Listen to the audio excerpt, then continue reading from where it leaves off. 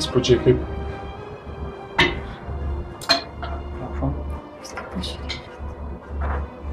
Pažiūrėkit tą laimingą veidą.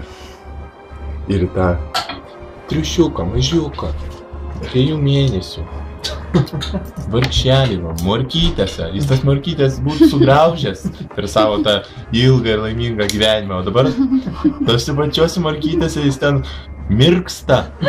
Kaista tiesiog. Bet aišku, nėra nieko, ko nenuplautų geras vynas. Taip.